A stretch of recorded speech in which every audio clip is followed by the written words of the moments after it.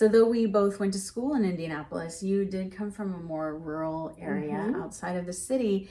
And I know that a lot of your current work, including this series of paintings you've been working on called Homestead Story, really is reflecting on the place that you grew up. I find them to be very enlivening and life affirming.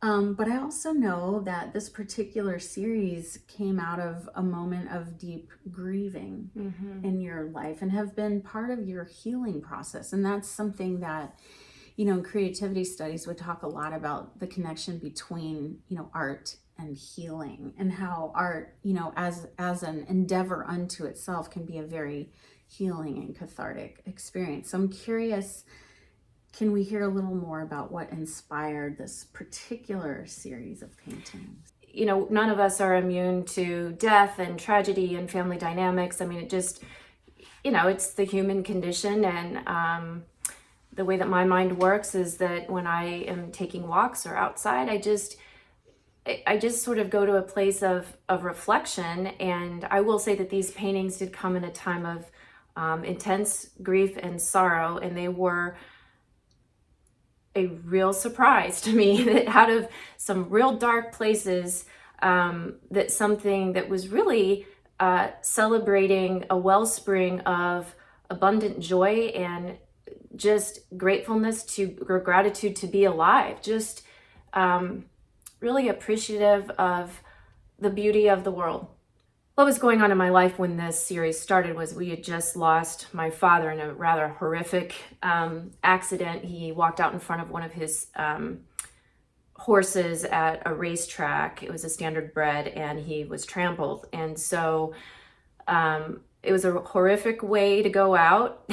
And I don't know that I've unpacked that part of it yet. That may take me a little bit, but there was a ripple effect from some losses that happened when I was in high school and my sisters were in middle school. We lost our mother to a cancer. She was ill for about 4 years, and my dad really just never got over it. I think he really was sort of the wounded healer type that sort of he was a physician, so he obviously was very comfortable in a command position, and he was very smart. He was beloved by his patients, and rightly so. He was just an absolutely wonderful, empathetic physician.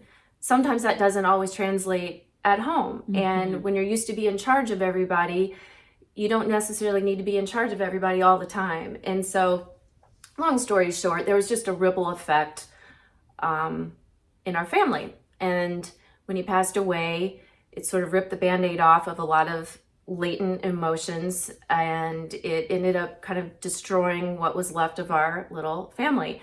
In the midst of processing all of that and really just to survive, I think emotionally and mentally, I just dove into this flurry of paintings. And you would think that going through something so heartbreaking and really tragic, I mean, just sort of losing your sisters, losing other family members, just like this nuclear bomb went off, you would think it'd be like a Francis Bacon, like dark, just gruesome, just very dark and gruesome. But the opposite was true. And I will say, I get the question a lot, what are your paintings about? And it is the most difficult thing in the world for me to answer that question, because the truth of the matter is, like, I don't really know until I start in. And I don't start in a linear fashion. Like, none of this is step 1, step 2, step 3. I literally just always start in the middle of something. It's usually with a color idea, or I've absorbed the structure of the forest, or like some little details interesting to me, and it'll just sort of be on my mind. But I don't really set out I'm going to paint a picture of this. That is just not how it works. And I love what you were talking about, kind of that paradox of like the dark and the light, the yin and the yang. It was like, you can't really truly, so many wise people have said this, right? You can't truly appreciate and embrace the beauty of the world without acknowledging the darkness. And I think the creative process is very much, touches into that. It's like embracing the full spectrum of life. right? Mm-hmm. Even within nature, I mean, here I am talking about, I'm painting these beautiful flowers, and then there's a lot of references to like a lake and all the beautiful things. But the truth of the matter also within nature, I mean, nature is violent. Nature is violent. Yeah. And there we go again with two things being true at the same time. Yes. And that is something that you have to accept about life. That as you go through life, those two things will always be hand in hand. Yeah.